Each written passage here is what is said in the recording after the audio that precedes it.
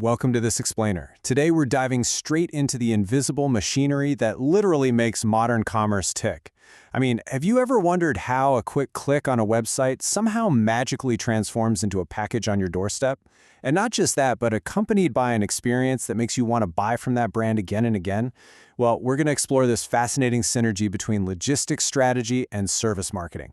It's all about bridging that gap between back-end operations, the actual physical moving of stuff, and frontline customer satisfaction. Honestly, it's a high-stakes dance between mechanical efficiency and human psychology. Let's get into it.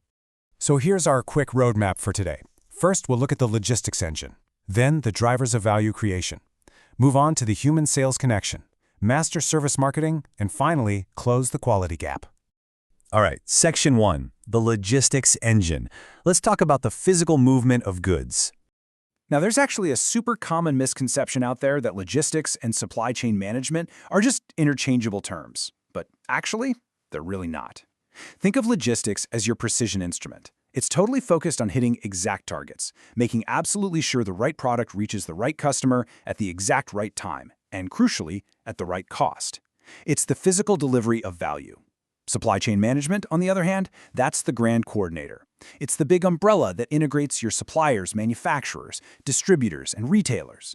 It oversees the entire big picture of production, inventory, location, and transport so that your logistics can actually step up and do its precision work. Moving right along to Section 2, the drivers of value creation. Production, inventory, location, transportation, and information. These 5 core drivers are literally the fundamental gears of our supply chain engine. And here's the thing, they don't operate in a vacuum. They are incredibly interconnected. Like when you decide where to locate a facility, boom, that instantly impacts your transportation costs and your inventory needs. And information is the essential lubricant here. It flows through the other 4 gears, constantly connecting your suppliers to your manufacturers and your distributors to your retailers, just making sure everybody knows exactly what's being produced and where it needs to go. So why does mastering those 5 gears actually matter? Well, it doesn't just keep the lights on, it generates massive, measurable value for a business. By optimizing production and transportation, you're paving the way for scalable growth. When you really nail down your information flow, you can leverage strategic outsourcing and seamlessly bring in new technology. You even gain agility, which is huge, meaning you have the ability to quickly pivot when disruptions happen. Plus, you can optimize your locations for some serious tax efficiency. This is exactly how the back-end supply chain actively creates a real competitive advantage. Section 3, the human sales connection. Let's talk about going direct to the customer.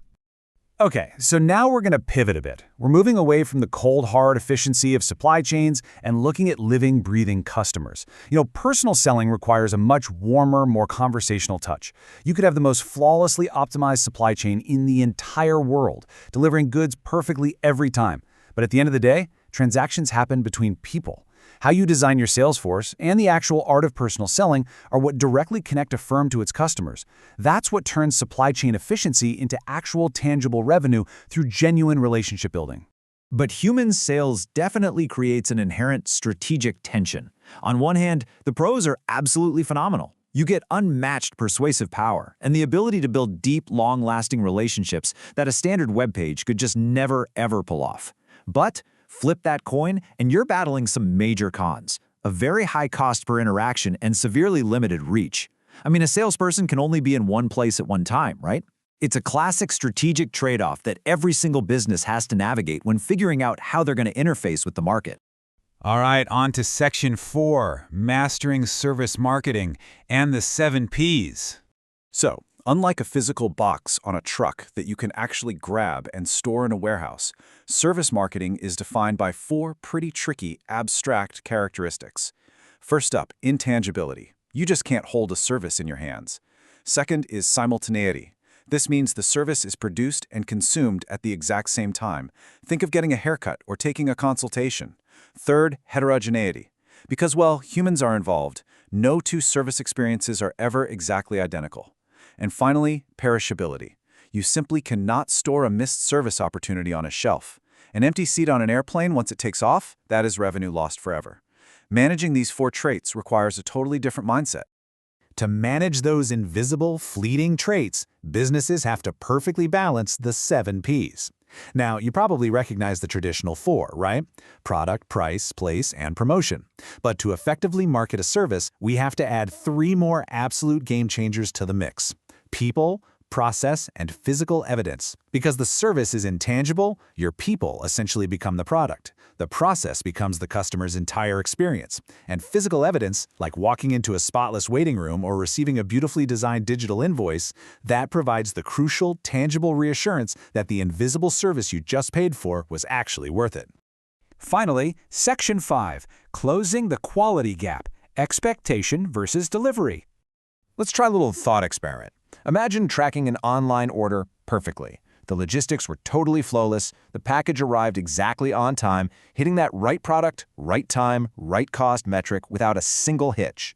But then, you open it, realize you need to make a return, and suddenly you're just completely let down by a frustrating, overly complicated customer service experience. We've all been there, right?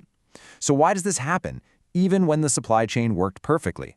Well, it happens because delivering value is about so much more than just logistics. It's about the entire service envelope that's wrapped around that product.